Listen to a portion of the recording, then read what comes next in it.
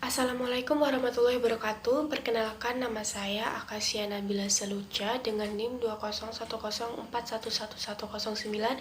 Di sini saya dari kelompok 4 akan mempresentasikan tentang strategi monitoring. Baik, yang pertama saya akan menjelaskan apa itu proses, kriteria, dan metode evaluasi strategi. Proses manajemen strategi menghasilkan keputusan yang dapat memiliki konsekuensi yang signifikan dan tahan lama.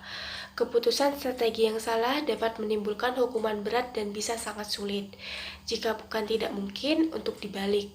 Oleh karena itu, sebagian besar ahli strategi setuju bahwa evaluasi strategi sangat penting untuk kesejahteraan organisasi. Evaluasi tepat waktu dapat mengingatkan manajemen untuk masalah atau potensi masalah sebelum situasi menjadi kritis. Selanjutnya, 3 kegiatan evaluasi strategi. Yang pertama, ada persesuaian. Dalam mengevaluasi strategi harus mewakili respon adaptif terhadap lingkungan eksternal dan perubahan kritis yang terjadi di dalamnya. Salah satu kesulitan dalam mencocokkan faktor internal dan eksternal utama perusahaan dalam perumusan strategi adalah bahwa sebagian besar tren adalah hasil interaksi di antara tren lainnya. Yang kedua, kelayakan. Sumber daya keuangan suatu bisnis adalah yang paling mudah diukur dan biasanya merupakan batasan pertama yang digunakan untuk mengevaluasi strategi. Namun, kadang-kadang dilupakan bahwa pendekatan inovatif untuk pembiayaan seringkali memungkinkan. Dan yang terakhir, ada keuntungan. Sebuah strategi harus menyediakan penciptaan atau pemeliharaan keunggulan kompetitif di area aktivitas yang dipilih. Keunggulan kompetitif biasanya merupakan hasil dari keunggulan dalam salah satu dari 3 bidang. Yang pertama ada sumber daya, yang kedua ada keterampilan, dan yang ketiga ada posisi. Selanjutnya ada Balance Scorecard, dikembangkan pada awal 1990-an oleh Profesor Harvard Business School Robert Kaplan dan David Norton, dan terus disempurnakan hingga saat ini. Balance Scorecard adalah teknik evaluasi dan pengendalian strategi. Tujuan dari Balance Scorecard adalah untuk menyeimbangkan tujuan pemegang saham dengan tujuan pelanggan dan operasional. Jelas, rangkaian tujuan ini saling terkait dan bahkan banyak yang bertentangan. Misalnya, pelanggan menginginkan harga rendah dan layanan tinggi, yang mungkin bertentangan dengan keinginan pemegang saham untuk pengembalian investasi yang tinggi. Balance Scorecard adalah alat evaluasi strategi penting yang memungkinkan perusahaan mengevaluasi strategi dari 4 perspektif: kinerja keuangan, pengetahuan pelanggan, proses bisnis internal, serta pembelajaran dan pertumbuhan. Selanjutnya, sumber informasi evaluasi strategi yang dipublikasikan. Sidney Finkelstein, Profesor Manajemen di Tuck School of Business Dartmouth, setiap tahun merilis daftar CEO terburuknya. Untuk tahun 2014, Finkelstein melaporkan bahwa di antara CEO terburuk adalah Dick Costolo, CEO Twitter, Eddie Lampert, CEO Search Holding, Philip Clarke, CEO Tesco, jaringan supermarket Inggris, Dov Charney, CEO pakaian Amerika, dan Ricardo Espirito Santo Silva Salgado, CEO Banco Espirito, bank terbesar kedua di Portugal. Business Week, Industry Week, dan Dance Business Month secara berkala mempublikasikan evaluasi terperinci dari bisnis dan industri Amerika Serikat.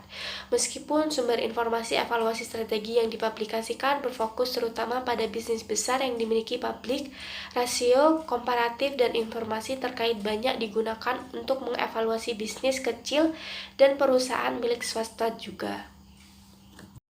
Selanjutnya, karakteristik sistem evaluasi strategi yang efektif. Pertama, kegiatan evaluasi strategi harus ekonomis.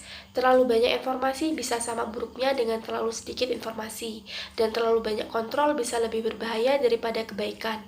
Kegiatan evaluasi strategi juga harus bermakna, yaitu harus secara khusus berhubungan dengan tujuan perusahaan. Proses evaluasi strategi harus dirancang untuk memberikan gambaran yang benar tentang apa yang terjadi. Misalnya dalam kemerosotan ekonomi yang parah, rasio produktivitas dan profitabilitas dapat turun secara mengkhawatirkan, meskipun karyawan dan manajer sebenarnya bekerja lebih keras.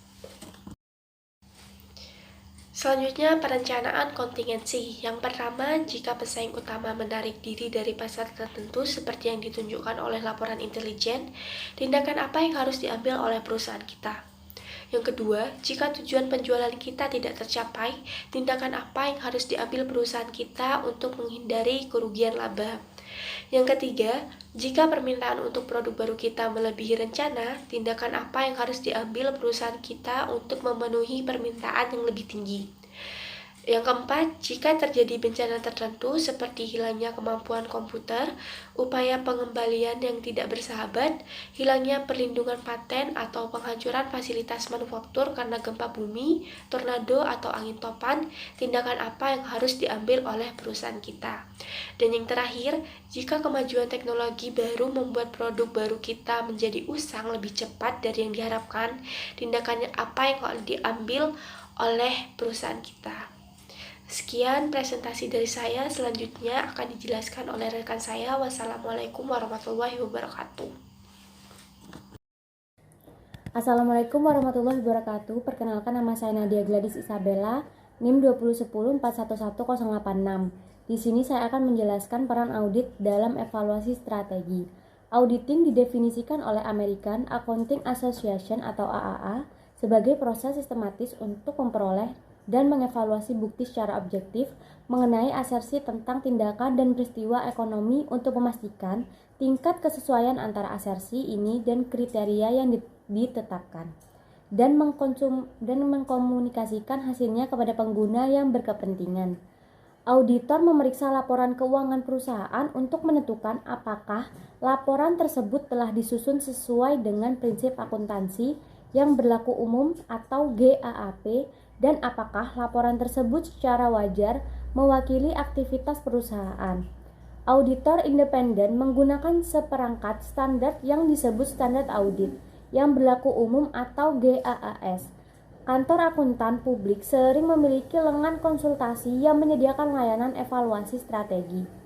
Era baru standar pelaporan keuangan internasional atau IFRS semakin dekat di Amerika Serikat.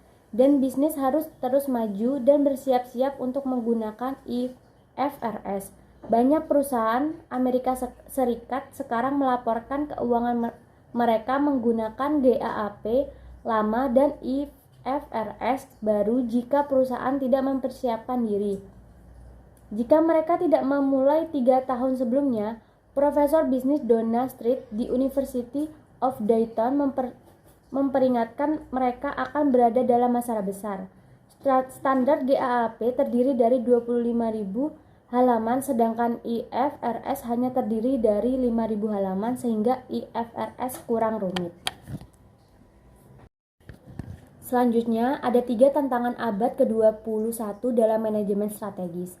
3 tantangan atau keputusan khusus yang dihadapi semua ahli strategi saat ini adalah yang pertama, memutuskan apakah prosesnya harus lebih merupakan seni atau sains.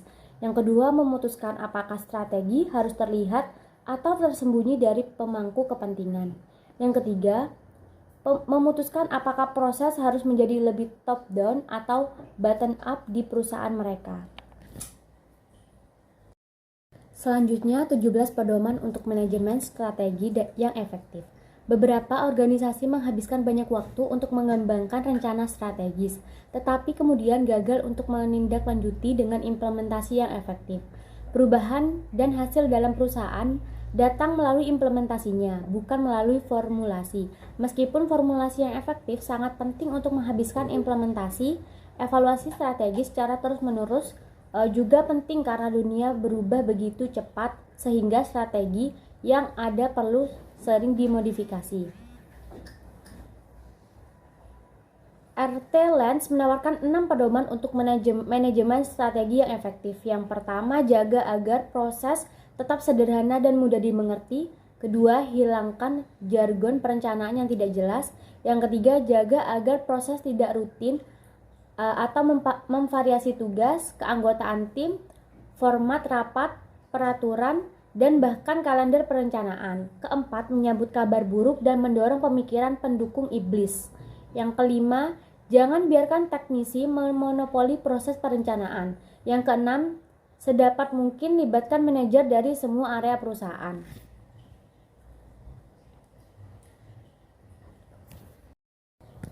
Selanjutnya, case BHP.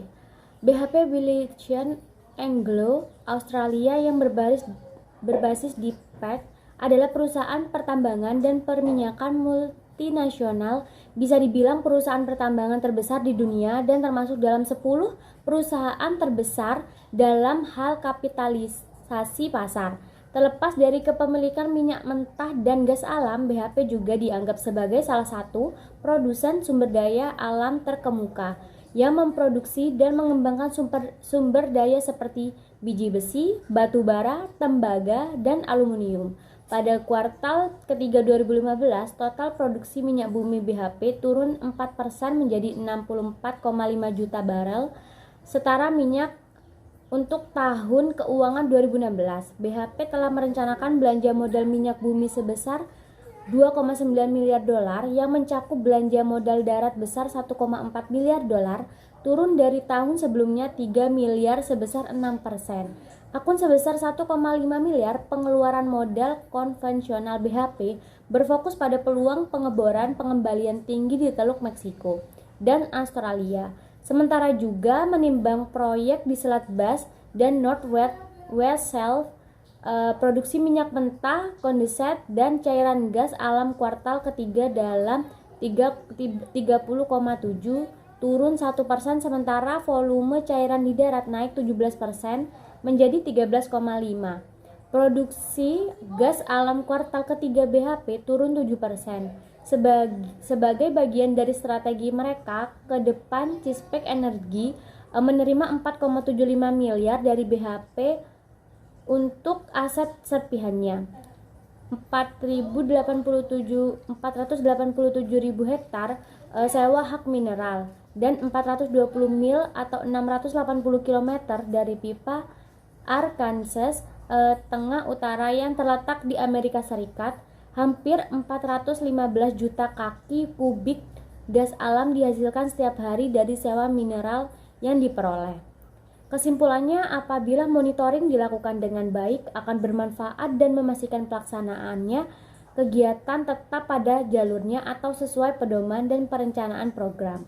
Juga memberikan informasi kepada pengelolaan program apabila terjadi hambatan dan penyimpangan, serta sebagai masukan dalam melakukan evaluasi. Sekian, terima kasih. Assalamualaikum warahmatullahi wabarakatuh.